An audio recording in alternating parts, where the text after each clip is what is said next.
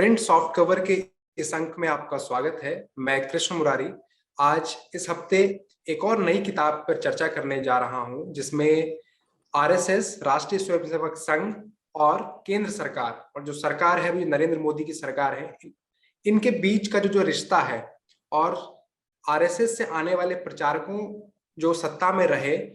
वो जब सत्ता में रहे तब आरएसएस से उनके क्या संबंध रहे, कैसे संबंध रहे, उनके बीच क्या क्या चुनौतियां रहीं, और अभी जो मौजूदा सत्ता है उनके बीच कैसे संबंध है, इस पे विस्तार से एक किताब लिखी है संघ और सरकार, संतोष कुमार जी ने।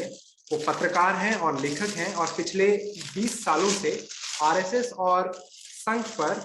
और बीजेपी के रिश्तों पर काम कर रहे हैं और उन्होंने काफी रिपोर्ट्स की हैं। तो ये इनकी किताब है संघ और सरकार नाम से। तो संतोष कुमार जी से हम आज इस चर्चा में बातचीत करेंगे और जानने समझने की कोशिश करेंगे कि संघ और सरकार के बीच कैसे रिश्ते हैं और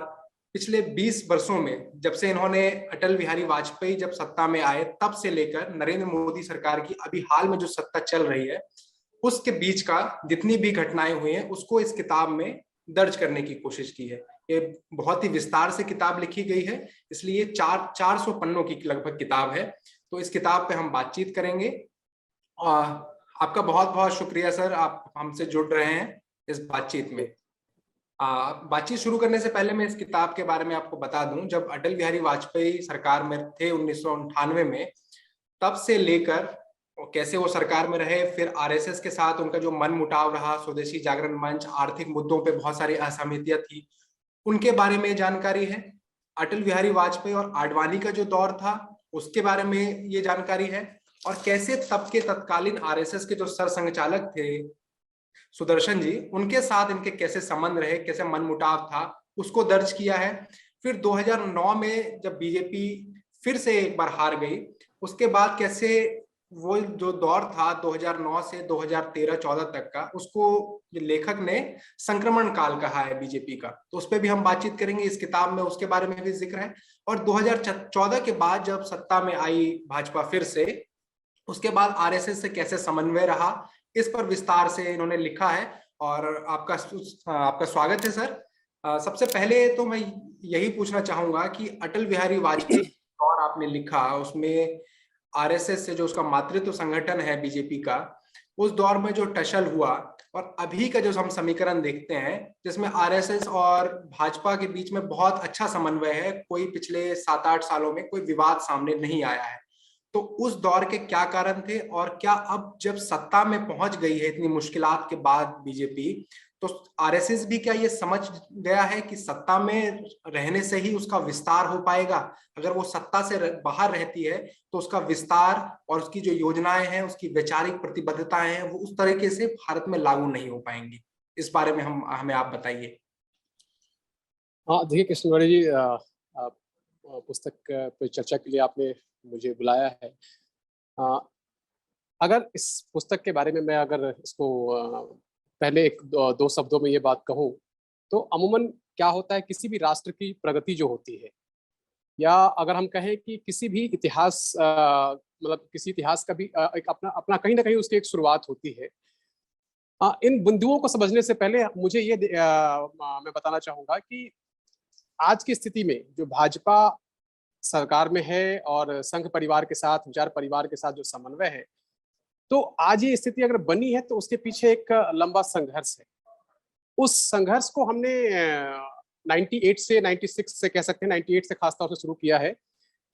मेरा इस पुस्तक को लिखने के पीछे जो मेरा एक उद्देश्य था, मैं पहले उसको रखना चाहूंगा कि अमूमन संघ के बारे में बहुत चर्चाएं होती है, भाजपा के बारे में बहुत सारी चर्चाएं होती है, लेकिन जब सत्ता में पहली बार बीजेपी आई थी, जिसको कहते हैं कि विचार परिवार की पहली सरकार जब आई, उसके बाद ऐसा क्या हुआ कि शुरुआत में ही जब वाजपेयी सरकार थी, उस समय समन्वय बहुत ही बेहतर नहीं कहा जा सकता, और उसका असर ये हुआ कि 2004 में कार्यकर्ताओं के बीच, काडर के बीच एक ऐसा असमंजस बना कि पार्टी सत्ता से बाहर हो जाती है। और आपने जैसा अभी कहा कि 2004 से जो 14 का काल था, जिसको मैंने संक्रमण काल लिखा है, तो बहुत मतलब संघर्ष उस बीच में, पार्टी में उठापटक चलती रही। संघ की ओर से बहुत सारे ऐसे मुद्दे सामने रखे गए नेतृत्व को लेकर के, अटल अडवाणी खासतौर से उनको लेकर के बहुत सारी बातें हुई। तो उसका नुकसान मतलब पार्टी ने उसमें देखा, और उसके बाद जब 2009 में खासतौर से संघ में एक पीढ़ी परिवर्तन हुआ, संघ में खासतौर से जब सुदर्शन जी के बाद मोहन भागवत जी को कमान सौंपी गई, उसके बाद एक नए तरीके से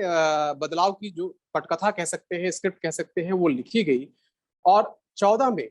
जब सरकार बनी, तो चूंकि वो पूर्व का अनुभव जो 98 से खासतौर से 2004 तक जो एक अनुभव था, उसको मुझे लगता है कि चूंकि प्रधानमंत्री नरेंद्र मोदी संगठन से ही निकले हुए व्यक्ति हैं, संगठन की उपज है और संगठन की अहमियत को बहुत बखूबी समझते हैं।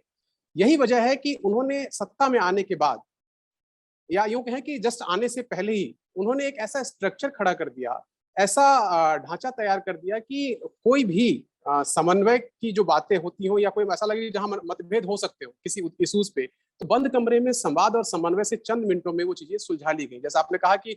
पिछले 7-8 सालों में कोई ऐसा विवाद आपको बाहर सार्वजनिक तौर पर देखने को या सुनने को नहीं मिला है, लेकिन ऐसा नहीं है कि मुद्दे नहीं हुए, मुद्दे ऐसे बहुत सारे थे जिसपे विवाद की स्थिति बन सकती थी, लेकिन वाकई बंद कमरे में चंद मिनटों में वो विवाद सुलझा लिए गए। तो उसका एक ही मंत्र था, वो है संवाद और समन्वय, जिसका फायदा, जिसको अगर मैं कहूं कि संवाद और समन्वय का एक जो सबसे बेहतरीन फायदा ये हुआ कि संघ हो और भाजपा दोनों ने अपना वैचारिक, सामाजिक और राजनीतिक, इस तीनों आधार पे अपने आप को आगे बढ़ाया। तो उससे एक जो जिस नए भारत की बात प्रधानमंत्री करते हैं, निश्चित तौर से जब संगठन और सत्ता के बीच एक तालमेल होता है, तो एक नई दिशा विकास को या प्रगति की जो बात की जाती है, उसको एक नई दिशा मिलती है। आपने जो एक सवाल पूछा अभी उसमें ये जोड़ा कि क्या सत्ता के समय ही इनका विकास होता है, या इनका इनका इनका आधार बढ़ता है? नहीं, मेरा मेरा कहने का बिल्कुल, इस पुस्तक को आप जब बहुत विस्तार से देखेंगे, कहीं भी ऐसा नहीं है कि सिर्फ सत्ता के समय ही विस्तार होता है। निश्चित तौर से जब आप सत्ता में होते हैं, तो चूंकि आप एक बहुमत का नेतृत्व कर रहे होते हैं, सत्ता में जब आप काम करते हैं, तो सार्वजनिक रूप से आप पे निगाह होती है, आपको सब लोग आपकी आलोचना, आपकी तारीफ, सारी चीजें होती हैं, तो निश्चित तौर से उसका एक असर होता है। लेकिन संघ परिवार की सोच को अगर मैं कहूं, तो संघ परिवार की सोच में सत्ता सर्वोपरि नहीं है, सत्ता प्रथम नहीं है। उनकी सोच में सामाजिक आधार को बढ़ाने और एक राष्ट्रवाद की बात जो करते हैं, राष्ट्रीयता की जो बात संघ करती है, वो मेन फोकस होता है। लेकिन सत्ता में रहते हुए निश्चित तौर से सत्ता का एक प्रभाव कहीं ना कहीं देखने को आपको मिलेगा। सत्ता में रहते हुए संघ का जो एक मकसद है, या बीजेपी का जो मकसद है इस वक्त का, कि भविष्य में जब हम सत्ता में रहें या ना रहें, अपना एक ऐसा वैचारिक समूह, एक ऐसा सिस्टम खड़ा कर दे, जिसको थिंक टैंक के आधार पर हम कह सकते हैं, कि भविष्य में एक दबाव समूह के तौर पे वो बनी रहे। जी,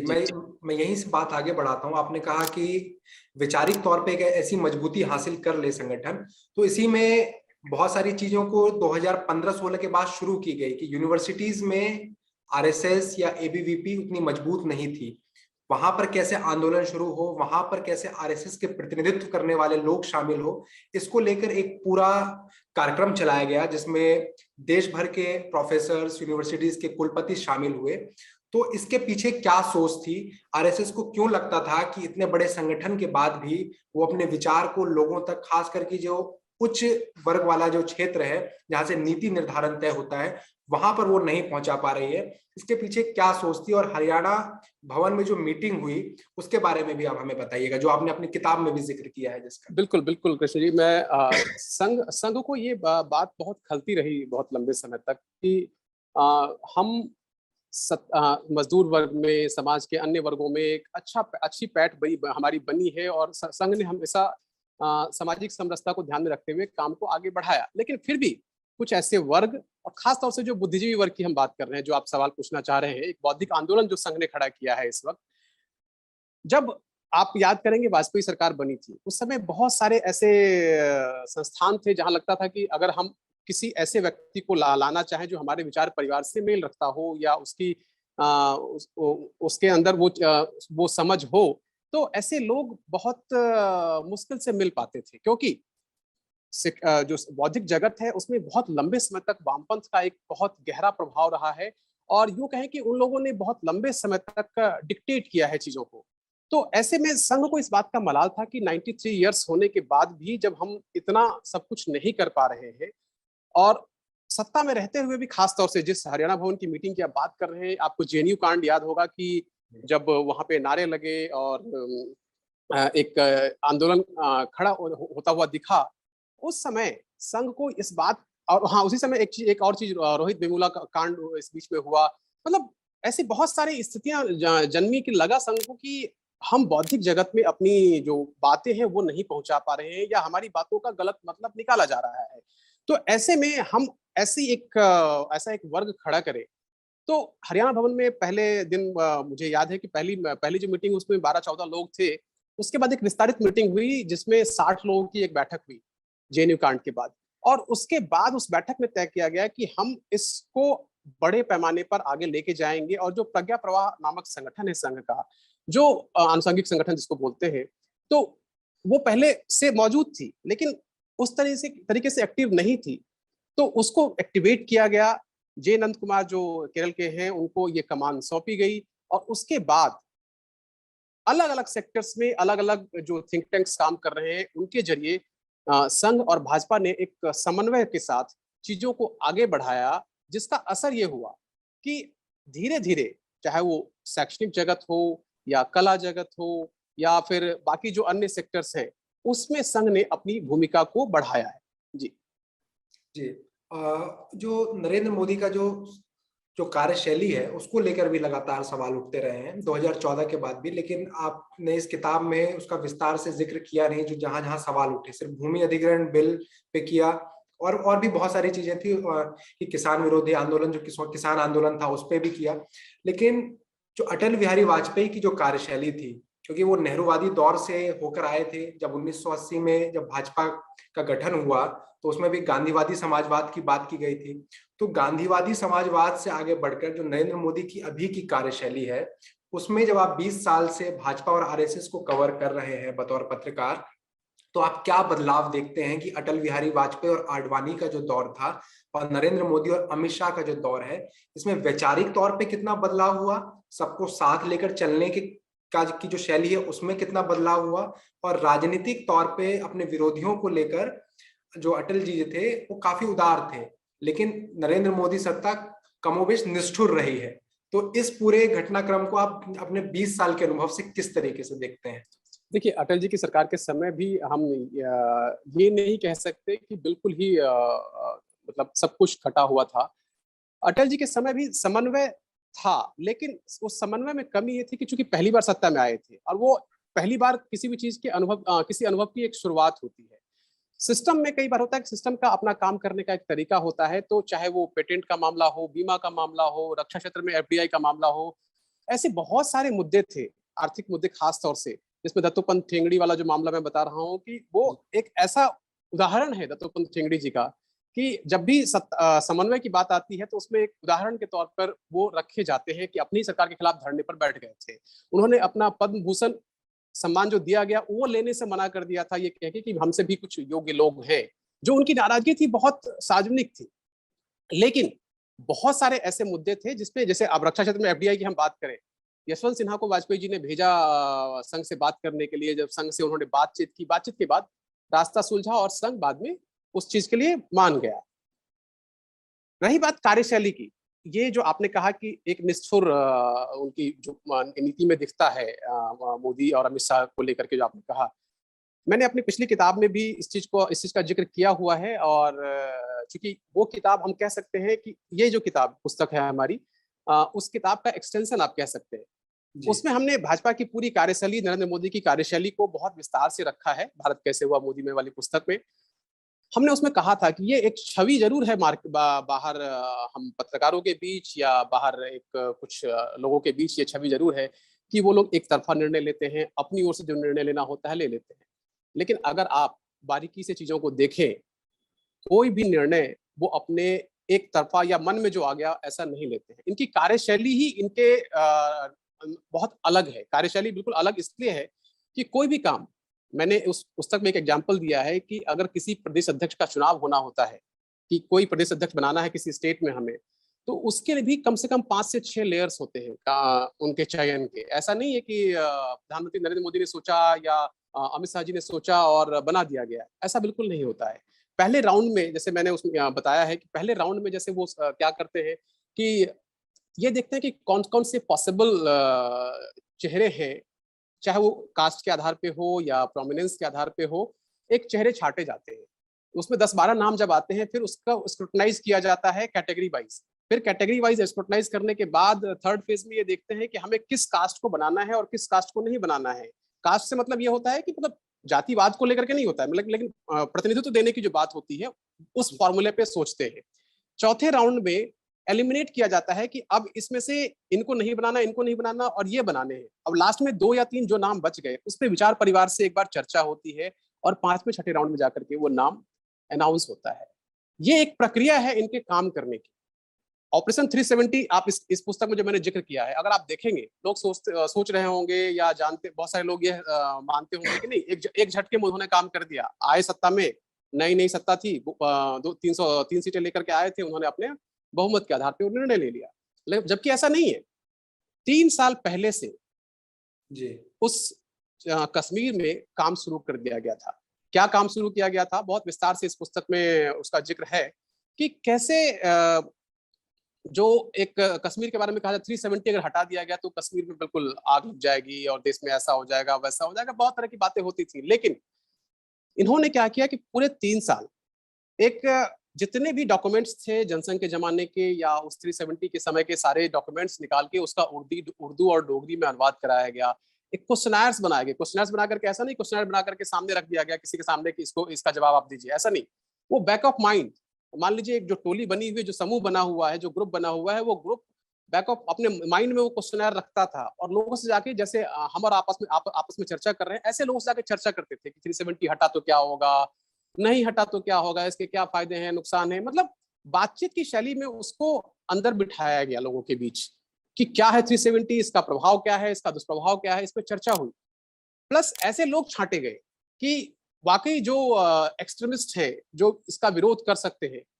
जो लोगों को बरगला सकते हैं, तो एक पूरा ऑपरेशन चलाया गया। मतलब मेरा कहने का मतलब ये है कि कोई भी निर्णय जो होता है, इस नरेंद्र मोदी सरकार की बात करूं, कोई भी निर्णय एक तरफा नहीं होता है। मैं एक पत्रकार के नाते ये मतलब मैंने बहुत करीब से महसूस किया है कि हर चीज पे एक फीडबैक मैकेनिज्म इनका काम करता है और उस मैकेनिज्म के आधार पे ही निर्णय ले जाते हैं। और वो निर्णय, क्योंकि हम लोग क्या होता है कि हम परंपरागत राजनीति को देखते हैं, परंपरागत तरीके से सोचते हैं कि अरे अच्छा नहीं, ये नहीं तो अब ये बनेगा, लेकिन वो अपने प्रक्रिया में एक ऐसा नाम लेकर के आ जाते हैं कि बाद में लगता है कि अरे ये तो उन्होंने लगता है मनमानी कर दी। जी जी लेकिन आर्टिकल 370 वाली जो आप बात कर रहे हैं, जिसमें आपने लिखा भी है किताब में कि 3 साल पहले से ही पूरी प्रक्रिया शुरू हो गई थी, लेकिन इसके बारे में बताया नहीं गया था किसी को कि हम ये पूरा जो अभियान चला रहे हैं वो किस लिए चला रहे हैं। लेकिन एक सच्चाई ये भी है कि जो ये निर्णय लिया गया, इसके बारे में भी कैबिनेट तक में सबको,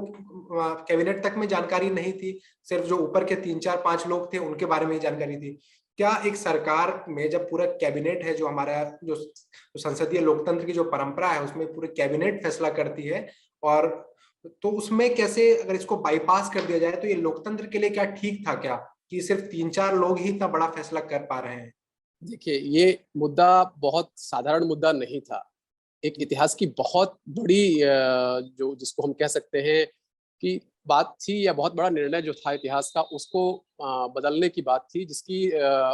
मांग जो है करीबन 6 दशक से चल रही थी। जी बिल्कुल। जिसके लिए संघ की कई पीढ़ी आगे आई और कई कुर्बानियां भी हुई। ये मुद्दा अगर सरकार में बैठे हुए जो लोग हैं, जो नेतृत्व करता है और जो आप कैबिनेट की बात कर रहे हैं, ऐसा नहीं है कि ये लोग अनभिज्ञ थे इस मुद्दे से। इस मुद्दे पे क्या करना है ये सबको मालूम है। हाँ, ये नहीं बताया गया, उसके पीछे रीजन यही है कि वहां पे अगर खबर पहले चली जाए तो उसका परिणाम क्या होता, इसका आप अंदाजा लगा सकते हैं कि पहले ही लोगों को आप एक्टिवेट कर देते हैं और यह निर्णय लेने में सरकार के लिए बहुत मुश्किल होता। कई बार जब राष्ट्र हित में ऐसे कुछ निर्णय जब लिए जाते हैं तो जरूरी नहीं है कि उन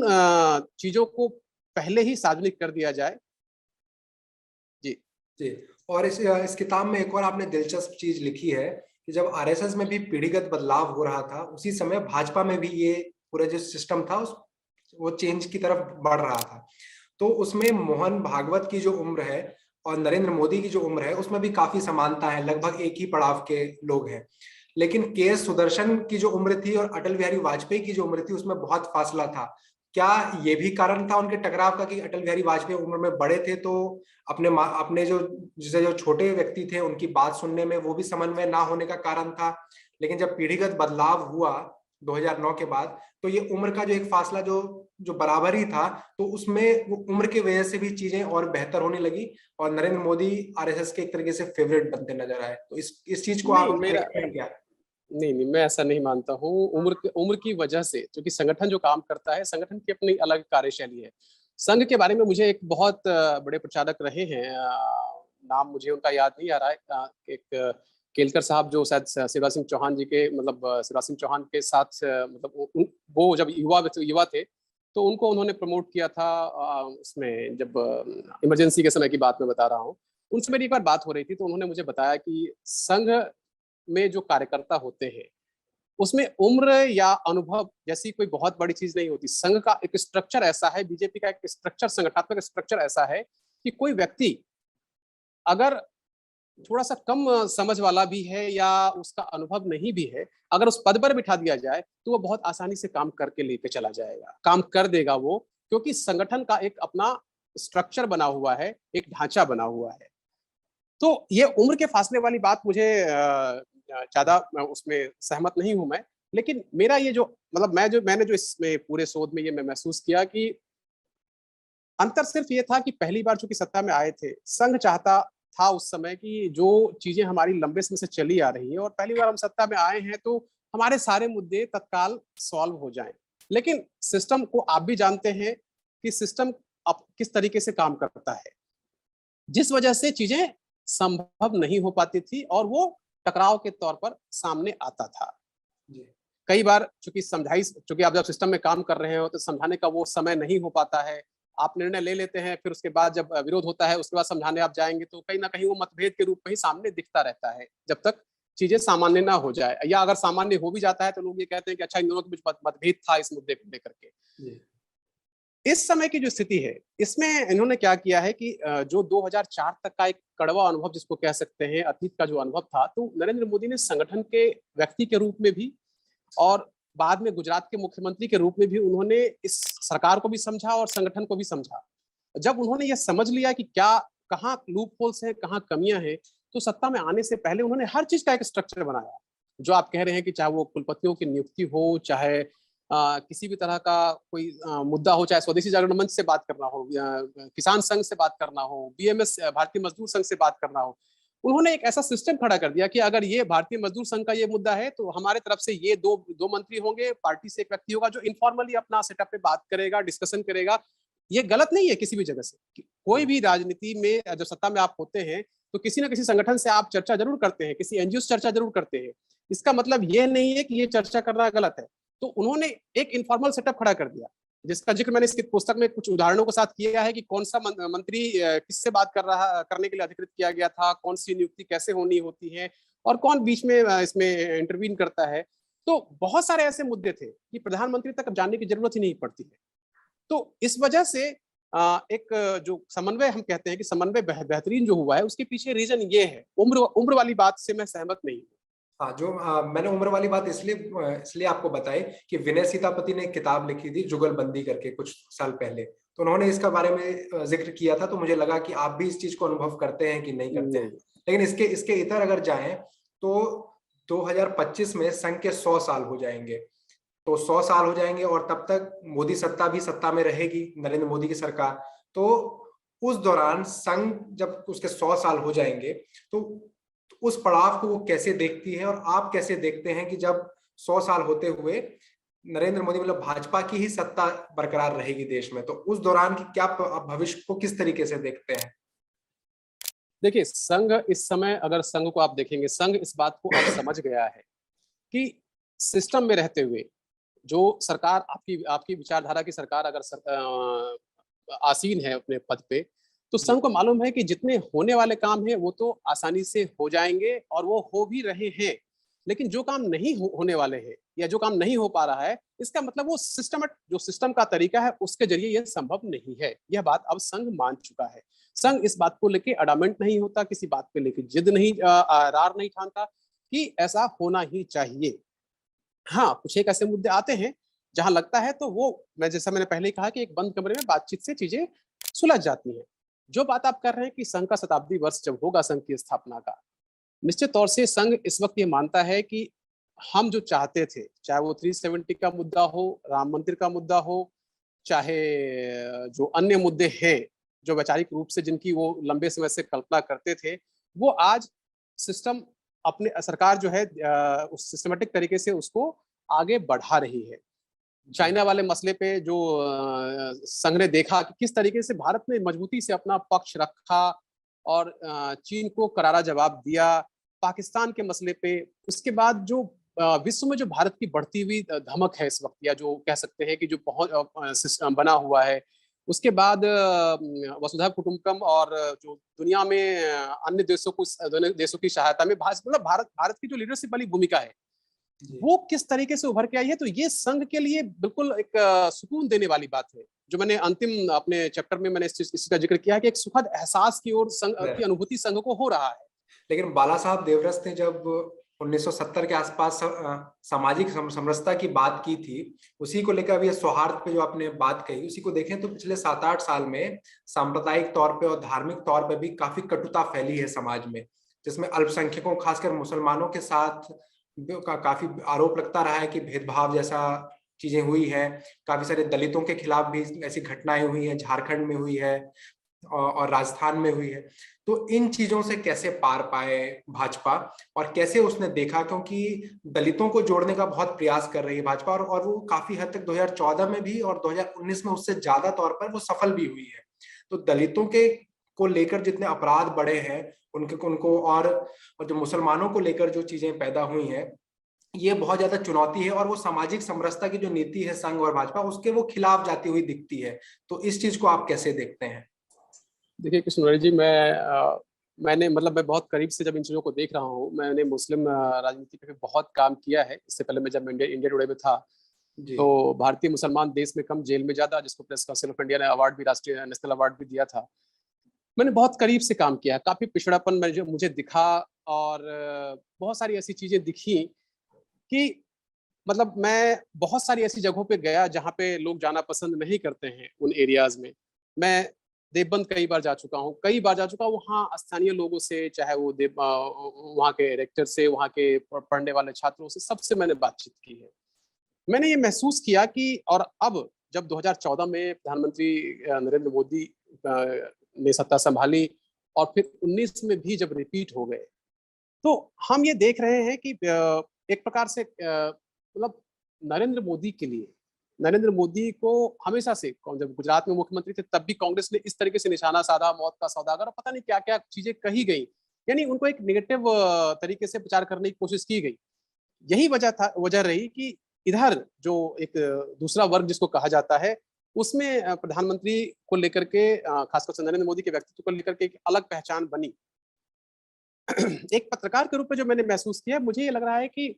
बहुत कट्टरता दूसरी तरफ भी है कि आप अगर प्रधानमंत्री देश के हैं, उनकी बात को सुना जाए, उनकी वो जो कह रहे हैं उसको भी हम सुने, लेकिन ऐसा नहीं होता। वो कर क्या रहे हैं कि वो जो भी है, यानी अभी तक मैंने ये नहीं सुना है कि नरेंद्र मोदी ने कभी कहा हो कि नहीं जी हिंदू और मुसलमान की उन्होंने बात की हो। अभी भी जब मंच से वो बात करते हैं तो ये नहीं कहते हैं कि देश के संसाधनों पे सिर्फ अल्पसंख्यकों का हक है।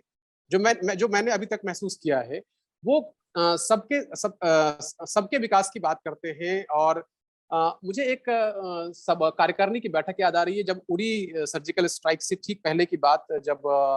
केरल में उनकी एक कालीकट में एक राष्ट्रीय परिषद की बैठक हुई थी बीजेपी की। अगर आप नरेंद्र मोदी की उस स्पीच को निकाल करके देखें, तो उन्होंने कहा था कि पंडित दीनदयाल उपाध्याय क्या चाहते थे। एक जो लोगों ने उस वक्त विवाद बनाया कि उन्होंने मुस्लिम्स के प्यूरिफिकेशन की बात की है, एक्चुअली वो कुछ अलग शब्द था उनकी ओर से। तो उस समय बीजेपी की सोच यही थी। आज मैंने ये जो महसूस किया उसमें ये मैंने देखा कि बीजेपी को लेकर के ये है कि बहुत एग्रेसिव सोच रहती है कि कुछ भी हो बीजेपी को हराना है, किसी और को वोट दे देना है लेकिन बीजेपी को हराना है। अगर ये कट्टर सोच अगर आपकी होगी तो निश्चित तौर से ये दिखेगा कि बीजेपी कुछ कर रही है। अगर मैं एक कट्टर होते हुए ये सोचूं कि मुझे बीजेपी को हराना है और मैं बदले में किसी को भी वोट दे दूंगा, तो निश्चित तौर से उनका किया हुआ काम मुझे खराब ही दिखेगा। एक जो दूसरी चीज जो मुझे एग्रेशन इसलिए भी दिखता है कि अगर आप पुराना इतिहास पलट के देखें, मैं एक बार 2013 में लव जिहाद को लेकर के एक स्टोरी करने के लिए पश्चिमी उत्तर प्रदेश गया था। मैं लोगों की धारणा बता रहा हूं कि लोगों ने जो मुझे बताए कि जब यहाँ सपा की सरकार होती है और सपोज करिए मान लीजिए कि मुस्लिम और यादव के बीच कोई विवाद हो गया, आपसी झगड़े हो गए और मामला थाने तक पहुंच गया, तो थाने में मुस्लिम जो संप्रदाय का व्यक्ति है उसका अपर हैंड रहेगा। पॉलिटिकल प्रेशर ऐसा होता है। और जब बसपा की सरकार होगी, मायावती की सरकार होगी और मुस्लिम और दलित में लड़ाई हो गई, तो भी अपर हैंड उनका होगा। ये लोगों के वर्जन थे वहां पे, ये मेरा कोई नहीं है। लेकिन अगर उस समय ये धारणा थी तो निश्चित तौर से लोगों के मन में जब सत्ता इस तरह की आएगी तो लोगों के मन में कहीं ना कहीं आएगा कि भैया अब तो हो गया, अब हम भी आपको जवाब देंगे। आखिरी सवाल जो है इस किताब से, वो मैं यही पूछना चाहूंगा कि जब ये किताब आप लिख रहे थे और काफी विस्तार से किताब में सारी घटनाओं को लिखा गया है, तो इसमें आप संदर्भ सूची का इस्तेमाल नहीं करते हैं आखिर में। तो मेरा ये आपसे शिकायत भी है कि जब आप इतनी विस्तार से किताब लिख रहे हैं तो उसमें संदर्भ सूची, क्योंकि बहुत सारे पाठक ऐसे होते हैं जो संदर्भ सूची से बाकी जगहों पर भी जाते हैं और पड़ताल करते हैं कि वहां पर और क्या चीजें क्या लिखी गई हैं। तो इस किताब में पढ़ते हुए निश्चित तौर से तो वो मिसिंग लगी मुझे। नहीं कृष्ण जी, अगर आप इस किताब में देखा होगा तो मैंने हर जगह पे डेट वाइज चीजों का जिक्र किया है कि ये चीज यहाँ पे है, ये चीज यहाँ पे है। एक्चुअली मेरी जो आदत है लिखने की, मैं बताऊं आपको, मैं जो जीता हूँ वो मैं लिखता हूँ। ये मेरा खुद का, इसको आप रिपोर्टर डायरी कह सकते हैं। जो मैंने रिपोर्टिंग की है उसी का ये विस्तारित रूप है। मैंने जो जीवन में समझा है, चीजों को बहुत करीब से देखा है, हो सकता है बहुत सारी चीजें मैंने अखबारों में लिखी भी हो, अपने मैगजीन्स में लिखी भी हो, लेकिन किताब में जिस तरीके से मैंने एक